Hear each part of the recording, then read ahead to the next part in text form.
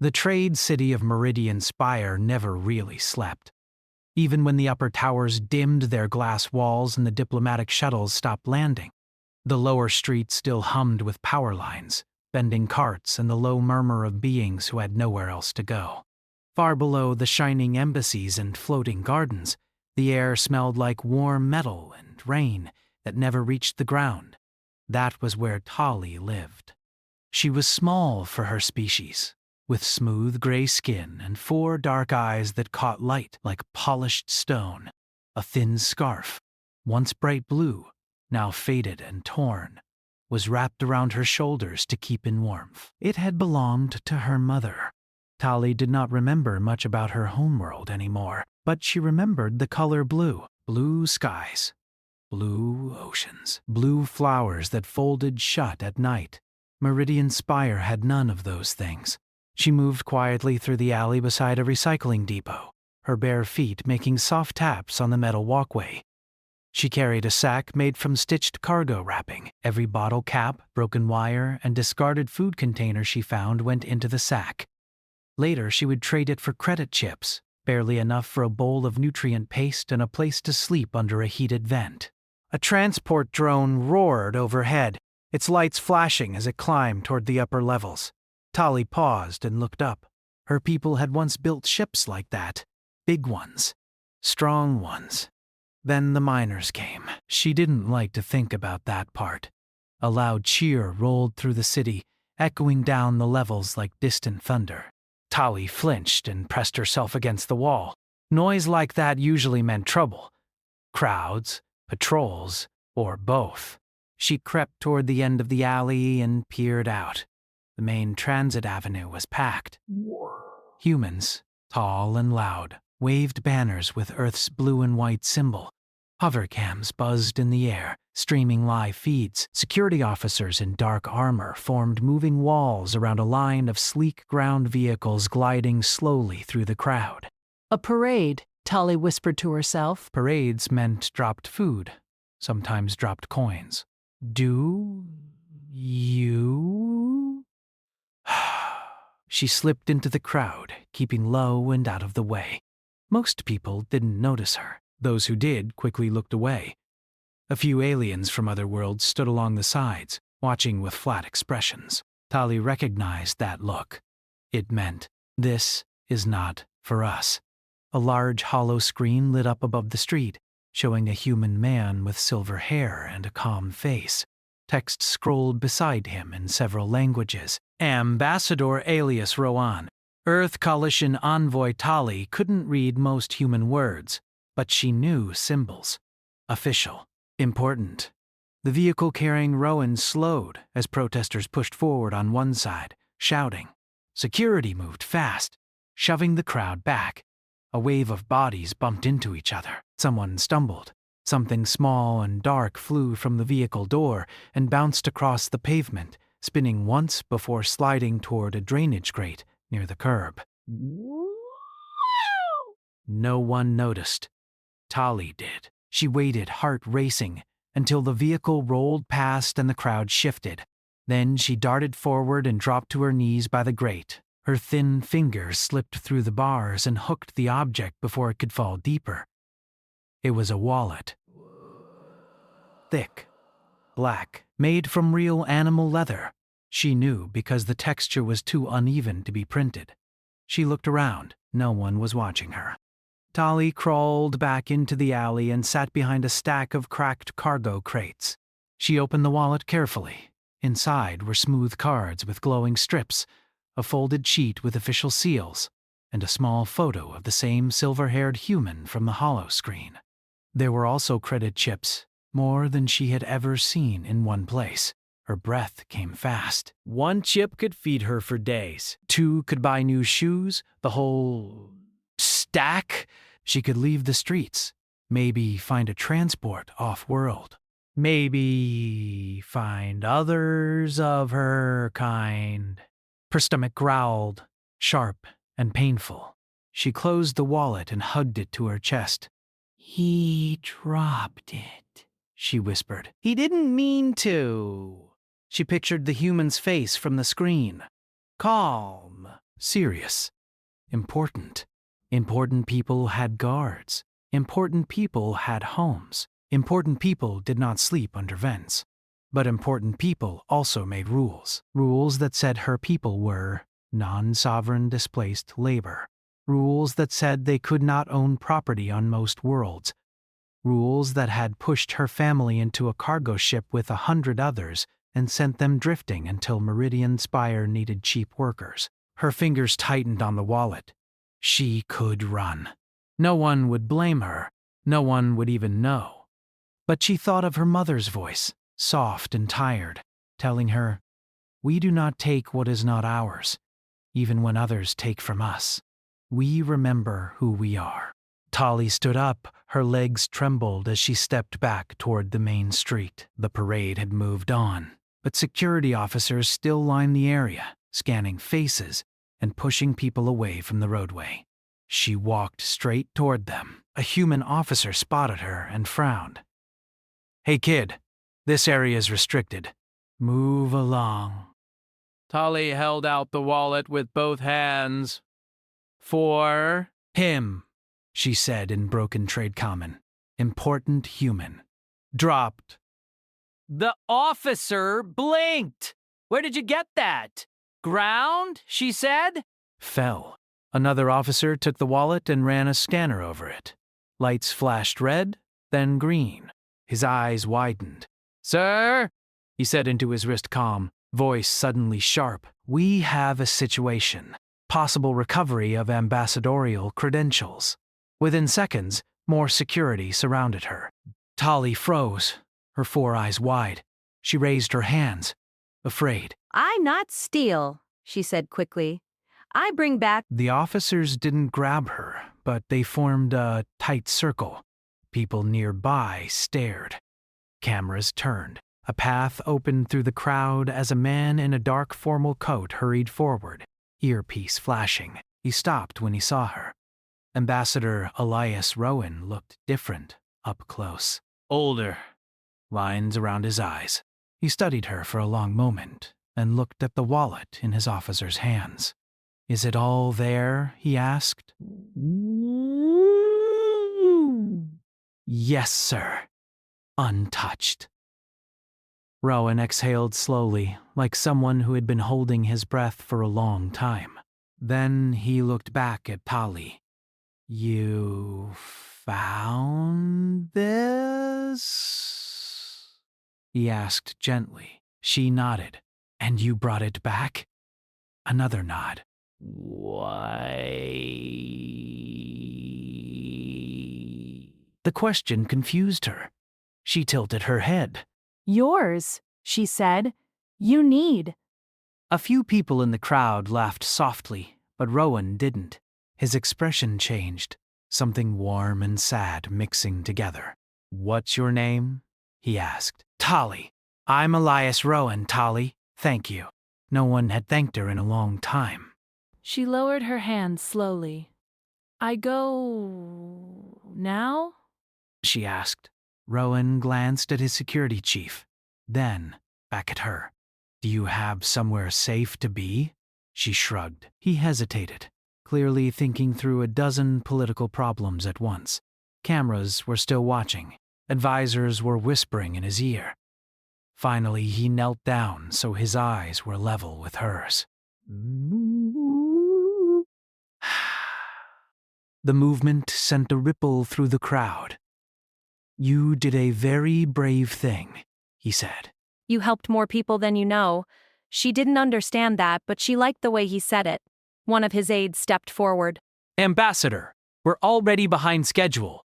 Reschedule," Rowan said without looking away from Tali. "This matters." Tali felt something strange in her chest. Not fear, not hunger. Hope, maybe. Small and fragile, like a light that could go out if she breathed too hard. Above them, the holocam zoomed in, broadcasting the image across worlds. A powerful human diplomat kneeling in the street in front of a homeless alien child. Tali didn't know that. She only knew that, for the first time since her family's ship had left their dying planet, someone important was looking at her like she was real.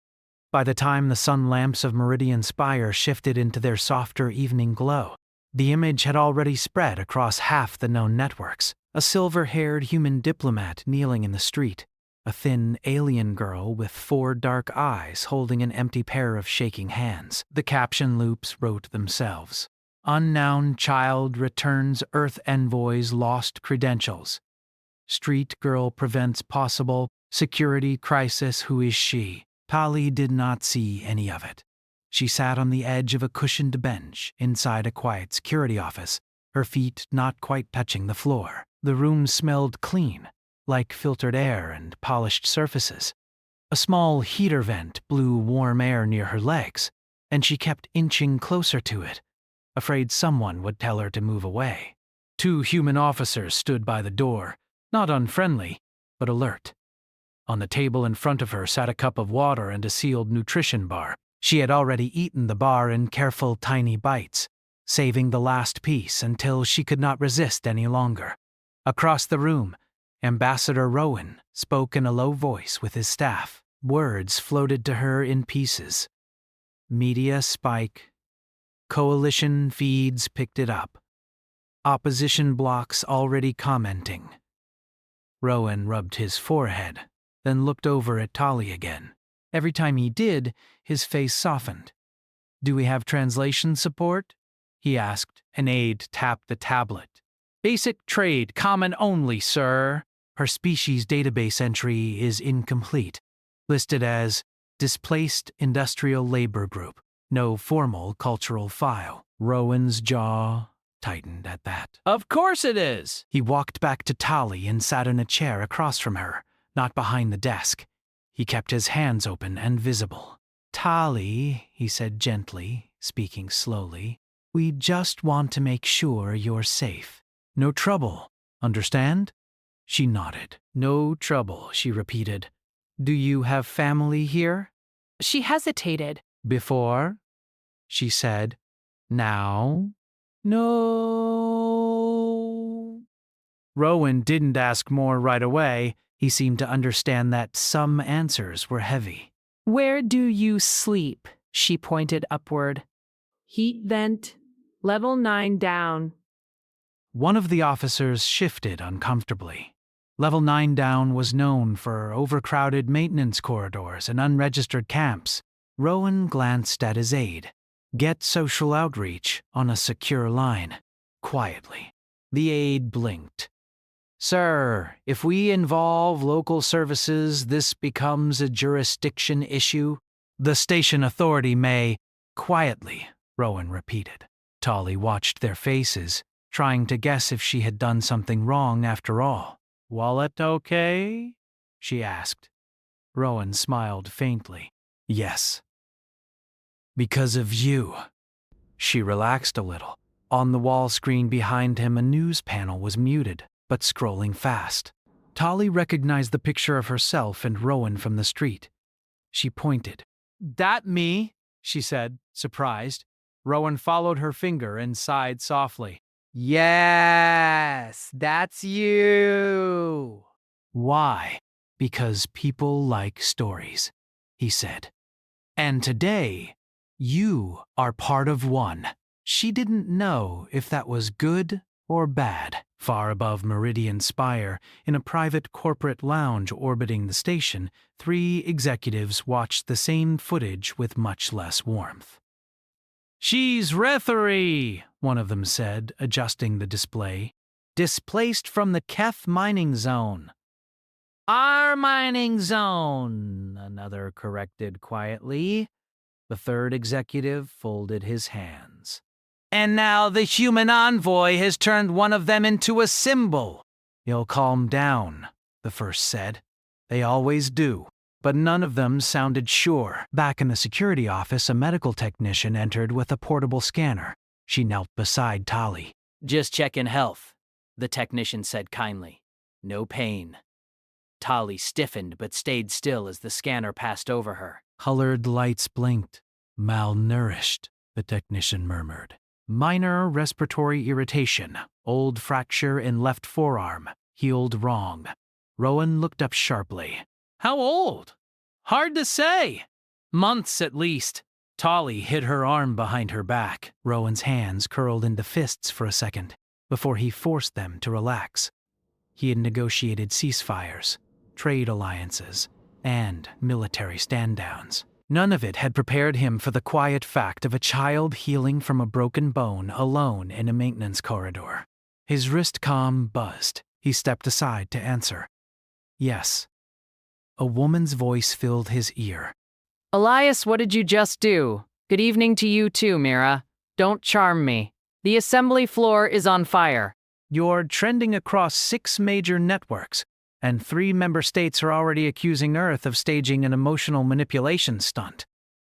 Rowan glanced at Tolly. She was carefully folding the empty nutrition bar wrapper into a neat square. I didn't stage anything, he said. She returned my credentials. That's the truth. Truth doesn't matter once it becomes a symbol, Mira said. What are you planning? Rowan was quiet for a long moment. When he spoke, his voice was steady. I'm planning not to waste this. Back in the room, he crouched beside Tolly again. Tolly, would you like a safer place to sleep tonight? He asked. She looked suspicious. Work? No work. Just sleep. Food. Warm. She studied his face the way street kids did, looking for lies. She didn't find any she could recognize. Okay, she said softly. His aide looked alarmed. Ambassador, if you take personal responsibility for an undocumented minor of a non-sovereign species, it could be seen as what? Rowan asked. Basic decency? The aide closed his mouth. Outside the building, crowds were still talking about the moment. Some humans smiled when they saw the replay. Others frowned. She could have sold that for a fortune, one man said. Oh. It's a setup, another replied. You can't trust. A woman nearby cut him off. She's a kid. In a crowded dormitory several levels down, a group of alien laborers gathered around a cracked tablet, watching the footage in silence. One of them, older, with scars along his jaw ridges, wiped at his eyes. That's a Rathari child, he whispered. Still helping others. Even now, up in the embassy district, political aides worked late into the artificial night. Sir, the Varelian bloc is demanding clarification on whether this incident will be used to push refugee status reform, one analyst said. Another added, corporate representatives are lobbying hard against any policy shift tied to displaced labor classifications. Rowan stood at the wide window of his temporary office, looking down at the distant glow of the lower levels. Somewhere down there, Tolly had been just another unnoticed figure that morning. Now entire governments were saying her species' name out loud. Schedule me for an emergency address at the Coalition Rights Assembly, he said. The room went still. Sir, Mira's voice came through the walled display as she joined by Hollow. That agenda is locked for trade corridor negotiations. Then unlock it, Rowan replied. I'll yield half my time. They can keep their shipping lanes. I want the rest. And what exactly are you going to talk about? She asked, already knowing the answer. Rowan turned from the window. A security incident, he said, and the person who prevented it. He didn't say a homeless alien child the system forgot. He didn't have to. Across the station, Tolly rode in a quiet transport car between 2 security officers. She held a small thermal blanket around her shoulders and stared wide-eyed at the smooth walls and soft lights. Where we go? She asked. Safe housing, one officer said. Just for now. She nodded and leaned back, fighting sleep. She was afraid if she closed all 4 eyes, she would wake up back under the vent. The whole day, just a dream. Above Meridian Spire, messages flashed between embassies, corporations, and governments. Analysts argued. Commentators speculated. Some called Rowan reckless. Others called him brave. Very few of them had ever walked through level 9 down. Very few of them had ever been hungry enough to sell the future for a meal, and none of them yet understood that a small, quiet decision in a dirty alley had just shifted the direction of a speech that would soon echo across the galaxy. The Coalition Assembly Chamber was built to make every species feel small. It floated in orbit above Meridian Spire, a vast ring of metal and light with a hollow center that looked out into open space. Rows upon rows of platforms filled the inner curve, each one shaped and sized for different bodies. Tall perches for long-limbed avians, wide pools of gel for aquatic delicates, low-gravity bubbles for fragile gas breathers. At the center hung a circular speaking dais, slowly rotating so all sides could see. Today, every platform was occupied. Whispers moved through the chamber in 100 languages, layered over the soft hum of life support fields. Above, massive hollow screens displayed the agenda for the session.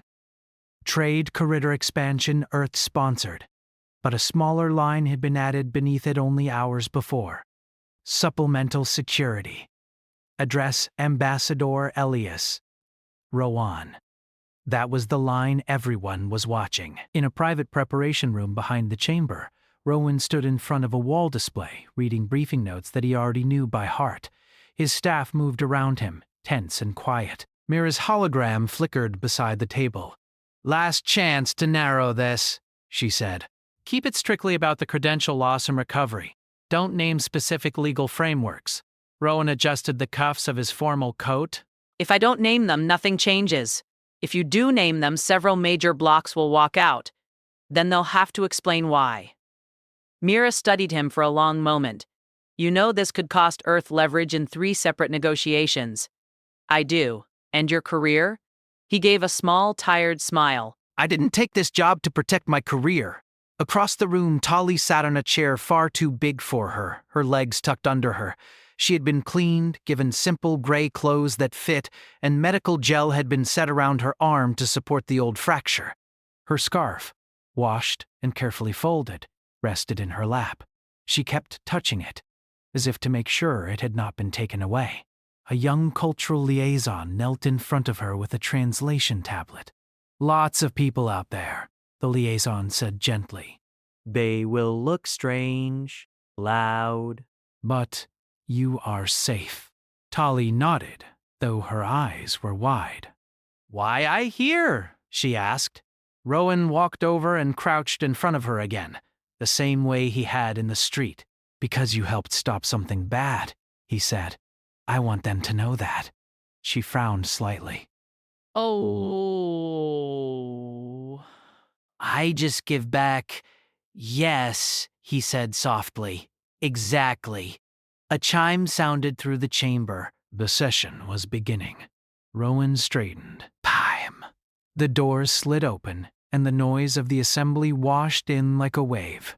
When Rowan stepped onto the central dais, the chamber lights focused on him. The trade corridor graphics behind him faded, replaced by the emblem of the Coalition. Tali of the Rithari, an attendant announced, voice echoing through translation systems, recognized guest of the Earth delegation. A soft murmur rolled through the platforms as Tali was guided to a small observation seat just behind the main dais. She clutched her scarf and tried not to hide behind the railing. Rowan waited until the noise settled. "Honored delegates," he began, his voice carried evenly to every corner of the structure. "I am scheduled to speak today about shipping lanes, tariffs, and transit security." A few lights blinked in polite acknowledgement.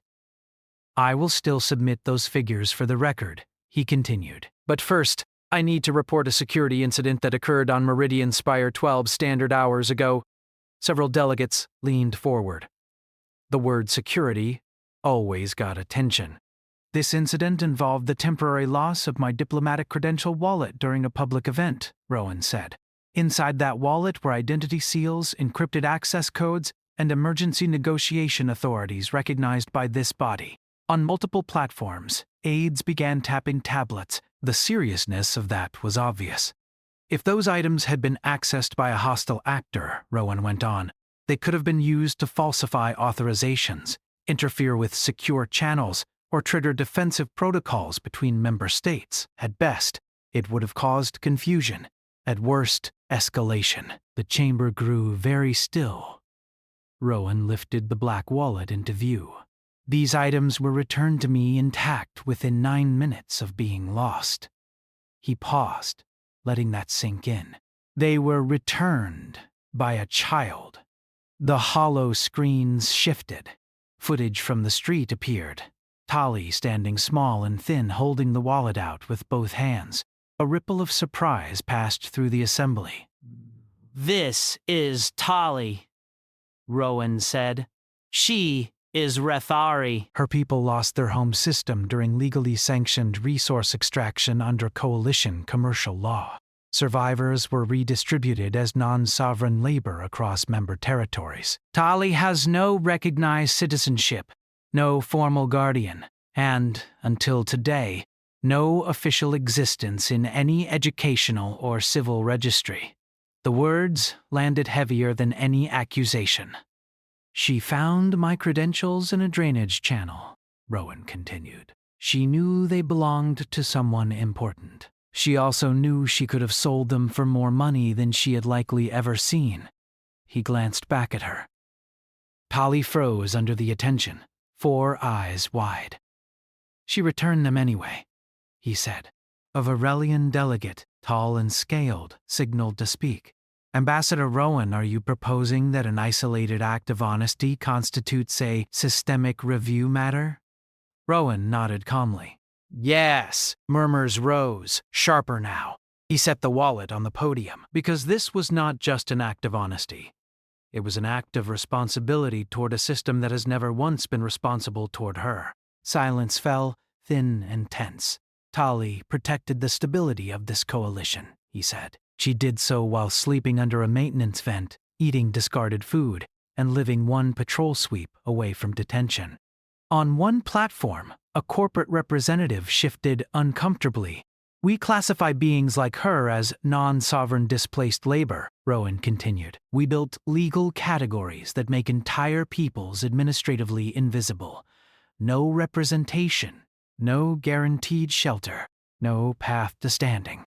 He let his gaze travel across the chamber. "And yet, when given the chance to profit from our carelessness, she chose to protect us." A soft chime indicated multiple delegates requesting the floor. Rowan raised a hand.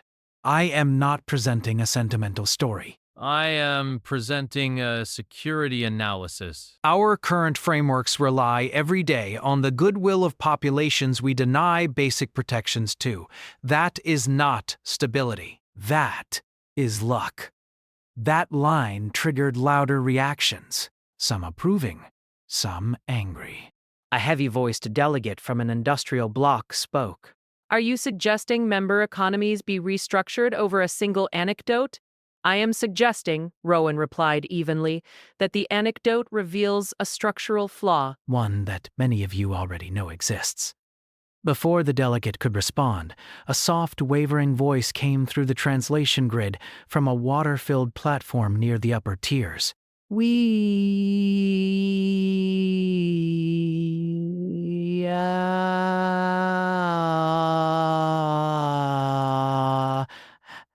Similar children, the aquatic delegate said. Drifters from flood zones. They also return what is lost. We do not record them either." Another voice, this one from a small gravity bubble, added, "Our mining refugees are listed as equipment support units in some systems."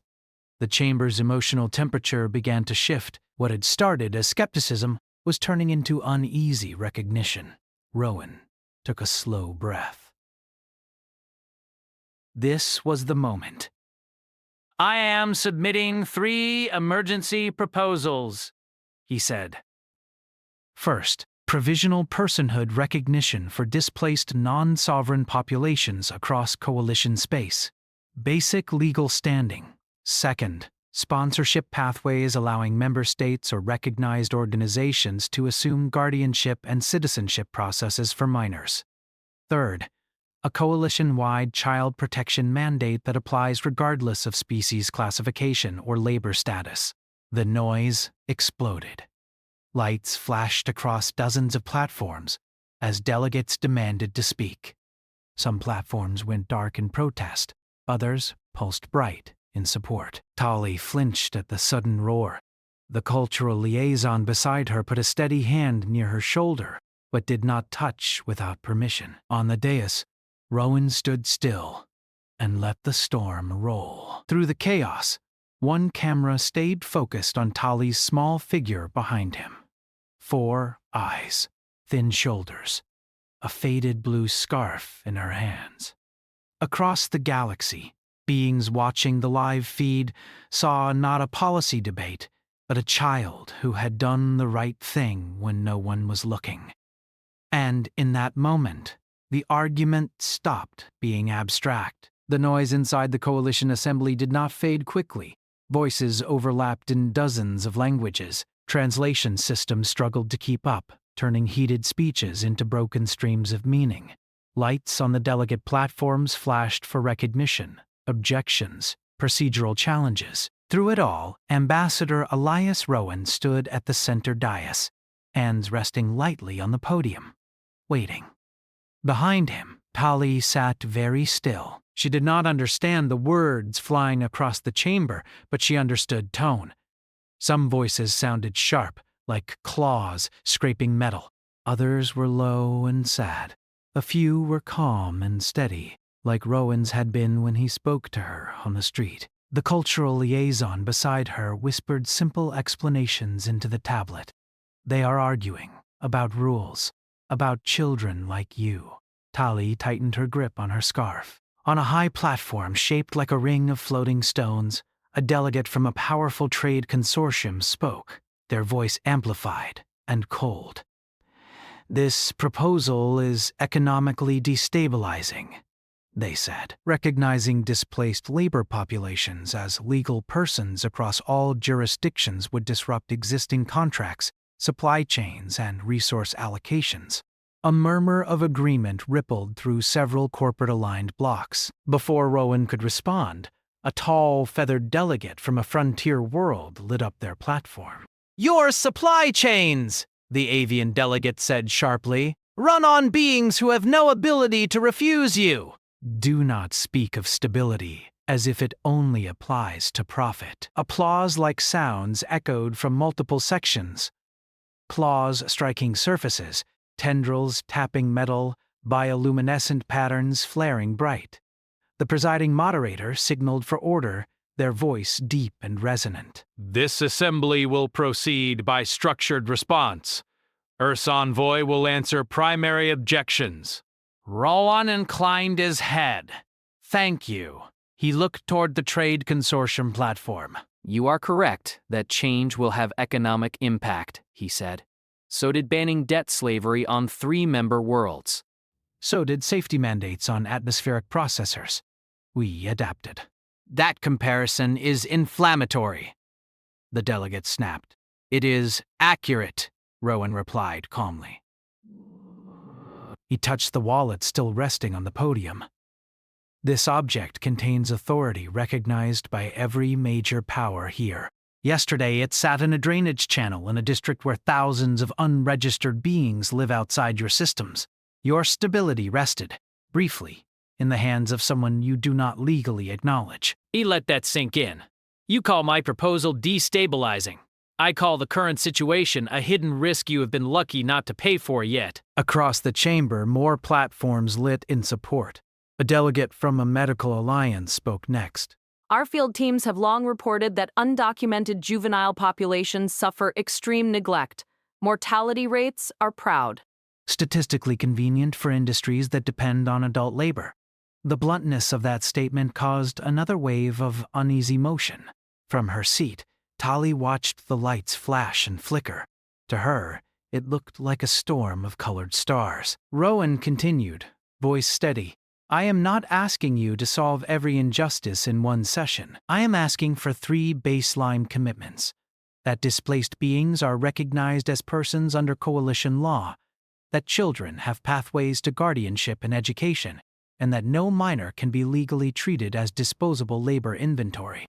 He did not raise his voice. He did not need to. Debate went on for hours. Amendments were proposed, softened, tightened. argued over word by word. Some blocks threatened to walk out. A few actually dimmed their platforms and cut transmission, a symbolic protest. But many stayed, and as they spoke, more delegates began sharing their own stories, not for cameras.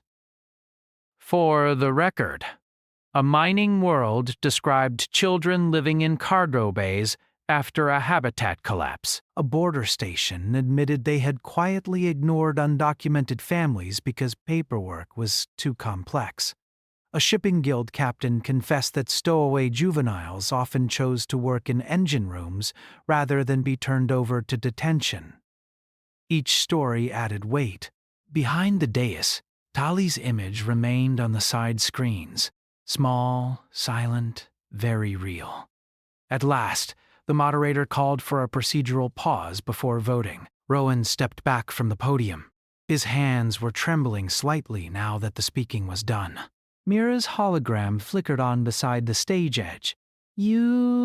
"You split the chamber," she said softly. He nodded. I know. Corporate blocks are furious. "But you've got unexpected support from Frontier Systems and mid-tier alliances. It's closer than anyone predicted." Rowan glanced back at Tali. She was fighting sleep, her head dipping and jerking back up. No matter what happens, he said quietly, she doesn't go back to the street. "No," Mira agreed. She doesn't. The moderator's voice rang out again. We will now vote on the emergency recognition and protection package as amended. Lights across the chamber shifted to voting mode. Green for approval, red for rejection, gold for abstention. Tali blinked as entire sections of the assembly lit up in color. At first, red dominated. Several major economic powers rejected the measure outright. Then, green began appearing in clusters. Smaller worlds, mixed species coalitions, medical and relief alliances. The count ticked upward in real time on the central display. Rowan did not look away. For a long moment, the totals hovered just below the required threshold. One by one, a few gold abstentions flickered, then turned green. A final platform, long neutral in most disputes, pulsed uncertainly before settling on approval. A tone sounded through the chamber. "By required majority," the moderator announced, "the package is adopted into provisional coalition law, effective immediately pending implementation review." The chamber erupted. Some platforms flashed in celebration. Others went dark in anger.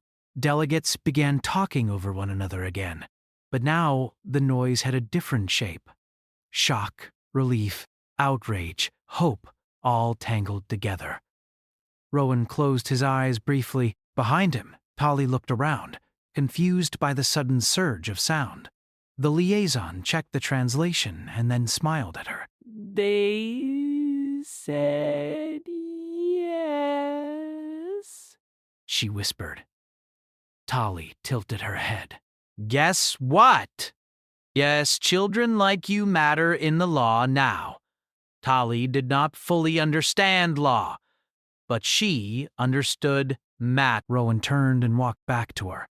He knelt again, ignoring the camera still broadcasting to half the galaxy. "It passed," he said gently.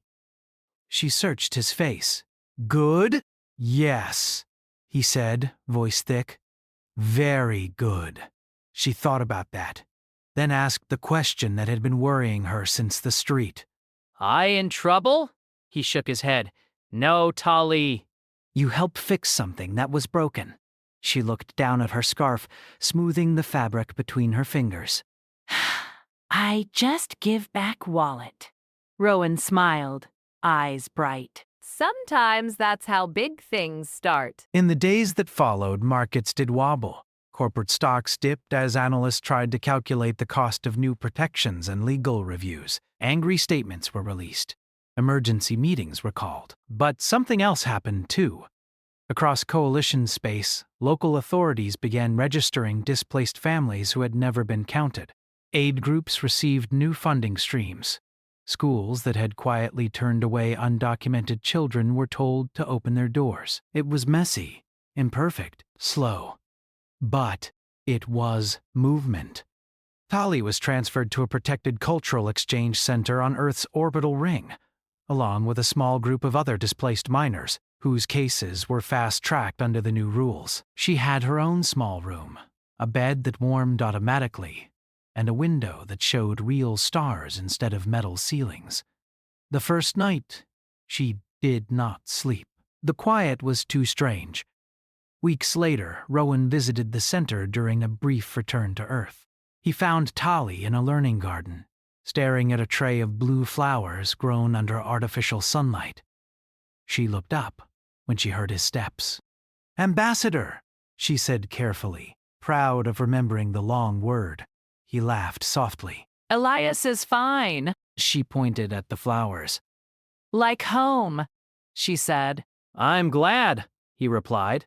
She studied him for a moment. "You still important?" He considered that. "Maybe a little less with some people," he admitted. "A little more with others." She nodded, as if that made sense. Years later, in the same assembly chamber where she had once sat small and frightened, a new delegate stepped onto the central dais. She was taller now, movements confident, 4 eyes steady as she looked out across the gathered worlds. "Ambassador Tali of the Reclamation Accord," the moderator announced. In the human gallery, Elias Rowan, hair now fully white, stood with the rest as she took her place, not because protocol required it, but because sometimes the right thing returned to you in ways no one could have predicted.